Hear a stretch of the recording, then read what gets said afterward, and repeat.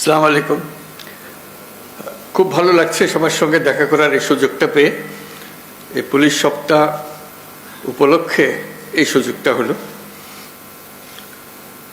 আপনাদের কাছ থেকে কিছু প্রাথমিক বক্তব্য শুনলাম, শুনে বুঝতে পারলাম যে অনেকগুলো কাজ অসম্পূর্ণ রয়ে গেছে, যেটা আমাদের পক্ষ থেকে করা উচিত। এর আগে একবার বসছিলাম আমরা নিজেদের মধ্যে, আমার কাছে খুবই খারাপ লাগছিল যে কিরকম পরিস্থিতিতে আপনাদেরকে কাজ করতে হয়। আমার জানা ছিল না যে দৈনন্দিনভাবে যে কঠিন অবস্থায় আপনাদেরকে জীবনযাপন করতে হয়, সেটার মাত্রা কত গভীর। তাৎক্ষণিকভাবে আমরা কিছু সিদ্ধান্ত নিয়েছিলাম,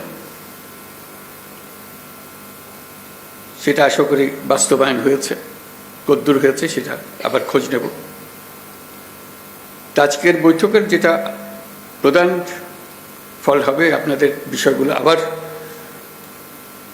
উঠলো আমার কাছে, যেটা নিয়ে আবার বসবো, যাতে আপনাদের একটা সহায়ক পরিস্থিতির সৃষ্টি করা যায়, যাতে আপনাদের কাজ করার মধ্যে একটা উৎসাহ আসে এবং পরিস্থিতি আপনাদের সহায়ক হোক। আজকে ভালো লাগলো যারা প্রযুক্তির মাধ্যমে বিভিন্ন জায়গা থেকে উপস্থিত আছে। আমি দেখছিলাম কোথা থেকে এসছে, সারা বাংলাদেশ জুড়ে সব জায়গা থেকে যোগদান করেছে। তাদের সবাইকে আমি দূর থেকে সালাম দিচ্ছি। আশা করি সুযোগ হবে ভবিষ্যতে একসঙ্গে বসে আলাপ করার। আমি লিখিত বক্তব্য পাঠ করি। বিসমিল্লাহির রহমানির রহিম। সম্মানিত উপস্থিতি ও প্রিয় পুলিশ সদস্যবৃন্দ, পুলিশ সপ্তাহ 2025 উপলক্ষে বাংলাদেশ পুলিশের সকল সদস্যকে আমি আন্তরিক শুভেচ্ছা ও অভিনন্দন জানাচ্ছি। এই অনুষ্ঠানে আপনাদের মাঝে উপস্থিত হতে পেরে আমি অত্যন্ত আনন্দিত। 71 সালে মহান মুক্তিযুদ্ধের প্রাক্কালে 25শে মার্চ কালো রাতে রাজারবাগ পুলিশ লাইন্সে বাঙালি পুলিশ সদস্যরা সর্বপ্রথম সশস্ত্র প্রতিরোধ গড়ে তোলেন। এই ইতিহাস ভোলার নয়। বাংলাদেশ পুলিশ বাহিনীর গৌরবময় ইতিহাসে এটা মহাগৌরবের অধ্যায়।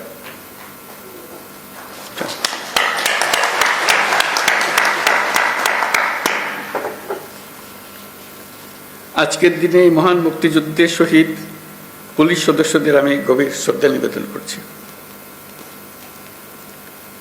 সর্বস্তরের মানুষের অধিকার, মর্যাদা, ন্যায় বিচার প্রতিষ্ঠিত হবে, কোনো বৈষম্য থাকবে না। যুগ যুগ ধরে এটাই ছিল মানুষের মহান আকাঙ্ক্ষা। এই আকাঙ্ক্ষা পূরণে জোর ভূমিকা রাখতে হবে আইন শৃঙ্খলা বাহিনীকে।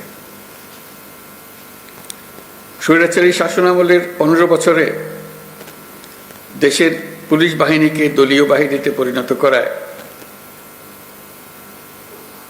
সমস্ত ব্যবস্থা ধ্বংস হয়ে গিয়েছিল। স্বৈরাচারের অবৈধ অন্যায় আদেশ পালন করতে গিয়ে পুলিশ বাহিনী ব্যাপকভাবে জনরোষের মুখে পড়ে। অনেক সৎ পুলিশ সদস্যদেরও এই জন্য মাশুল দিতে হয়েছে।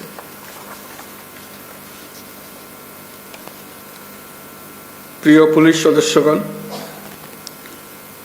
গত আগস্টে অন্তর্বর্তী সরকার যখন দায়িত্ব গ্রহণ করে, সে সময় এদেশের আইন শৃঙ্খলা বাহিনী ভঙ্গুর অবস্থায় ছিল। পুলিশের সঙ্গে জনগণের দূরত্ব সৃষ্টি হয়েছিল। সরকার পরিস্থিতির উন্নতির জন্য যা কিছু প্রয়োজন সব রকমের ব্যবস্থা নিয়েছে। সড়ক মহাসড়কে বিশৃঙ্খলা ও জনদুর্ভোগ নিরসন, বিশেষ অভিযান পরিচালনা, অংশীজনের সাথে পুলিশের আন্তঃযোগাযোগ জোরদার করা, পুলিশ সদস্যদের মনোবল বৃদ্ধিতে প্রয়োজনীয় প্রণোদনামূলক ব্যবস্থা নেওয়া হয়েছে। আপনাদের অক্লান্ত পরিশ্রমে শান্তিপূর্ণভাবে দুর্গাপূজা, বিশ্ব ইজতেমা, ঈদ উল ফিতর, বাংলা নববর্ষ সহ বিভিন্ন উৎসব অনুষ্ঠিত হয়েছে। দেশে যতগুলো অপরাধ হচ্ছে সবগুলো ঘটনায় তাৎক্ষণিক ব্যবস্থা নিতে আপনারা সর্বোচ্চ চেষ্টা করে যাচ্ছেন। পুলিশ ও অন্যান্য বাহিনীর সম্মিলিত প্রচেষ্টায় দেশের আইনশৃঙ্খলা পরিস্থিতি এখন অনেকটা নিয়ন্ত্রণে আনা সম্ভব হয়েছে। এই জন্য আমি পুলিশ সহ সকলকে আন্তরিক ধন্যবাদ জানাই। সবাই মিলে আপনার জোরে হাততালি।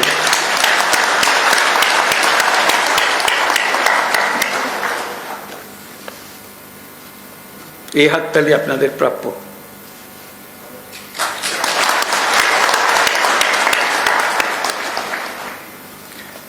দেশের মানুষ নারীর প্রতি সহিংসতা প্রতিরোধে পুলিশ বাহিনীকে খুব শক্তিশালী ভূমিকায় দেখতে চায়।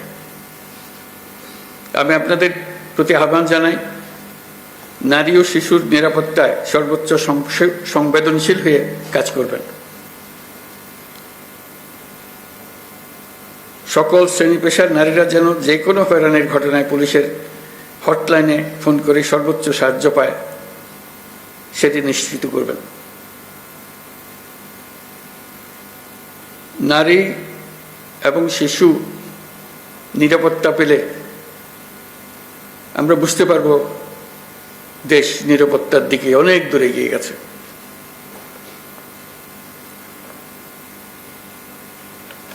আমরা জানি পুলিশ বাহিনীর সামনে নানা সীমাবদ্ধতা ও চ্যালেঞ্জ রয়েছে।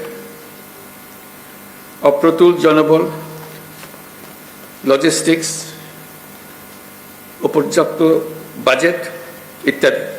কিন্তু আমাদের সবচেয়ে বড় চ্যালেঞ্জ হলো বিগত 16 বছরে পুলিশ জনগণের মধ্যে যে দূরত্ব সৃষ্টি হয়েছে সেই দূরত্ব কমিয়ে আনা,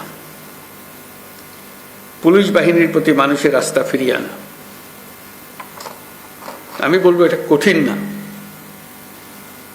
একবার সে আন্তরিক পরিবেশ সৃষ্টি হলে এই বন্ধন অটুট থাকবে। আমাদের সমাজ যে একটা সুশৃঙ্খল সমাজ সেটা প্রমাণিত হবে। আমাদের সবাই মিলে একটা সর্বাত্মক প্রচেষ্টা হবে যেন মানুষ এবং পুলিশের মধ্যে দূরত্ব আমরা গুছিয়ে ফেলতে পারি। মানুষ পুলিশকে দেখলেই তাকে বন্ধু হিসেবে বরণ করে নিতে এগিয়ে আসে।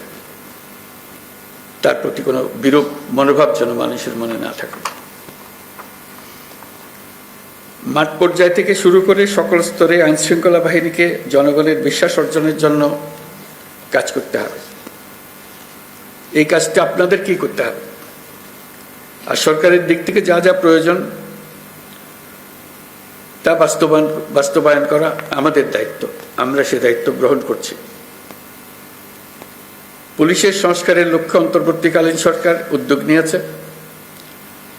তৃণমূল পর্যায়ে কর্মরত পুলিশ সদস্যদের কল্যাণে কয়েকটি বিষয়ে দ্রুত ব্যবস্থা নেওয়া হয়েছে।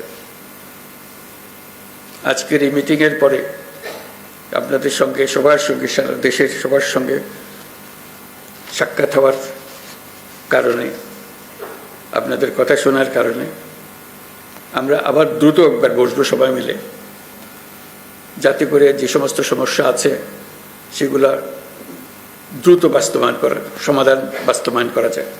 সেটা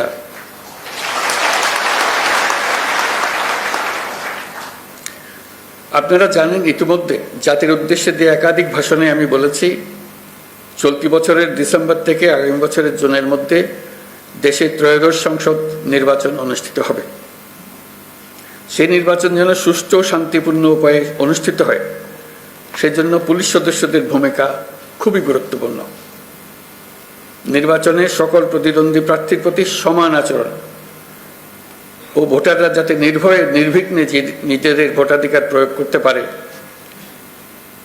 সেই পরিবেশ নিশ্চিত করা আপনাদের এবং আমাদের সর্বোচ্চ দায়িত্ব। মনে রাখবেন, কোনো ব্যক্তি যদি অন্যায় বা অনিয়মের মাধ্যমে নির্বাচিত হয়, সে ব্যক্তির দ্বারা ন্যায় প্রতিষ্ঠা সম্ভব নয়। সুতরাং নিশ্চিত করুন যাতে কারো দ্বারা ব্যবহৃত না হন।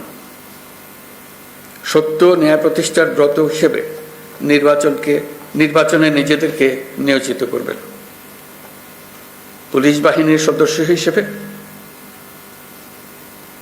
তারও চাইতে বড় বিষয় এদেশের একজন নাগরিক হিসেবে ভবিষ্যতে কখনো যেন পুলিশ বাহিনীকে দলীয় বাহিনী বা অন্যায় কাজে ব্যবহার না করা যায়, তার জন্য একটা সুষ্ঠু ও নিরপেক্ষ নির্বাচন অত্যন্ত জরুরি। নির্বাচনের আগের সময়টা অনেক কঠিন সময়। আপনাদের সজাগ দৃষ্টি রাখতে হবে পরাজিত শক্তি যেন কোনোভাবেই দেশকে অস্থিতিশীল না করতে পারে। আমি আগেও বলেছি, আবারও আপনাদেরকে নিয়ে স্মরণ করিয়ে দিচ্ছি সবাইকে, আমরা একটা যুদ্ধ অবস্থায় আছি। অশুভ চক্র আমাদের স্বপ্নকে, আমাদের ঐক্যকে ভেঙে দিতে সব শক্তি নিয়ে চেষ্টা করছে এবং চেষ্টা আরো কঠোরতর করবে। একে প্রতিহত করার জন্য আপনাদেরকে সবসময় সতর্ক থাকতে হবে, জাতিকে রক্ষা করার জন্য। বর্তমান অন্তর্বর্তীকালীন সরকার দায়িত্ব নেওয়ার পর থেকে আমরা ন্যায্য অন্যায্য আন্দোলনে মানুষকে রাস্তায় নেমে আসতে দেখেছি। এসব পরিস্থিতিতে আপনারা ধৈর্যের পরিচয় দিয়েছেন। আশা করি একই রকম ধৈর্যের পরিচয় দিয়ে আগামী দিনগুলোতেও আপনারা কাজ করে যাবেন। পুলিশ জনগণের বন্ধু। পুলিশ বাহিনীকে সেই ইমেজ প্রতিষ্ঠা করতে হবে। এটা কঠিন হলেও এটাই ন্যায্য, এটাই আমাদের করতে হবে। প্রথমবারের মতো এবার পুলিশ সপ্তাহে ধর্মীয় নেতা, সাংবাদিক ও বিভিন্ন সম্প্রদায়ের নেতাদের সঙ্গে বৈঠক অনুষ্ঠিত হবে বলে আমি জানতে পারলাম। এই বৈঠকে পুলিশের উপর জনসাধারণের প্রত্যাশা নিয়ে আলোচনা হবে।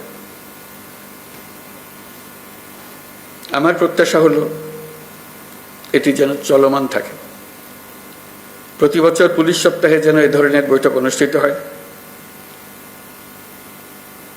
আর যেন পুলিশ সপ্তাহের জন্য অপেক্ষাও করতে না হয়। সুযোগ পেলে এই ধরনের বৈঠক দরকার, তাতে পরস্পরের বোঝাবুঝিটা পরিষ্কার হয়ে যায়। পুলিশের সঙ্গে জনগণের দূরত্ব কমিয়ে আনতে এটা অত্যন্ত জরুরি। আমরা একটা ন্যায্যতার ভিত্তিতে গঠিত একটি বৈষম্যমুক্ত গণতান্ত্রিক বাংলাদেশ নির্মাণের স্বপ্ন দেখছি। আমরা দ্বিতীয় বাংলাদেশ গঠন করার স্বপ্ন দেখছি। জুলাই গণ অভ্যুত্থান আমাদের সেই সুযোগ করে দিয়েছে। এই সুযোগ যেন আমরা না হারাই। এই সুযোগ হারালে আমরা পরবর্তী প্রজন্মের কাছে চিরজীবনের জন্য দায়ী থাকব। বিশ্বের বুকে একটি শান্তিপূর্ণ সমৃদ্ধ দেশ হিসেবে বাংলাদেশ মাথা তুলে দাঁড়াচ্ছে এবং মাথা উঁচু করে রাখবে সবসময়। এই স্বপ্ন পূরণে আপনাদের ভূমিকা অনেক।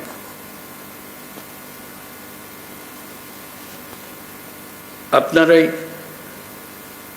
এই স্বপ্ন বাস্তবায়নের মূল শক্তি।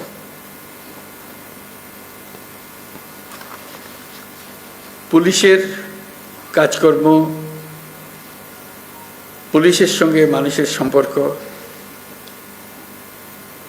এটা দেখেই সারা দুনিয়া বিচার করে আমরা সভ্যতার কোন স্তরে আছি। আমরা সভ্যতার সর্বস্তরে যেতে চাই, এটাই আমাদের স্বপ্ন। এই স্বপ্ন বাস্তবায়নে আপনার একটা অত্যন্ত গুরুত্বপূর্ণ শক্তি। বাংলাদেশ পুলিশ বাহিনী যেন গোটা বিশ্বে প্রশংসিত হয়, দেশের সকল মানুষের কাছে প্রশংসিত হয়, এই প্রত্যাশা নিয়ে আমার বক্তব্য শেষ করছি। সবাই ভালো থাকবেন। আসসালামু আলাইকুম।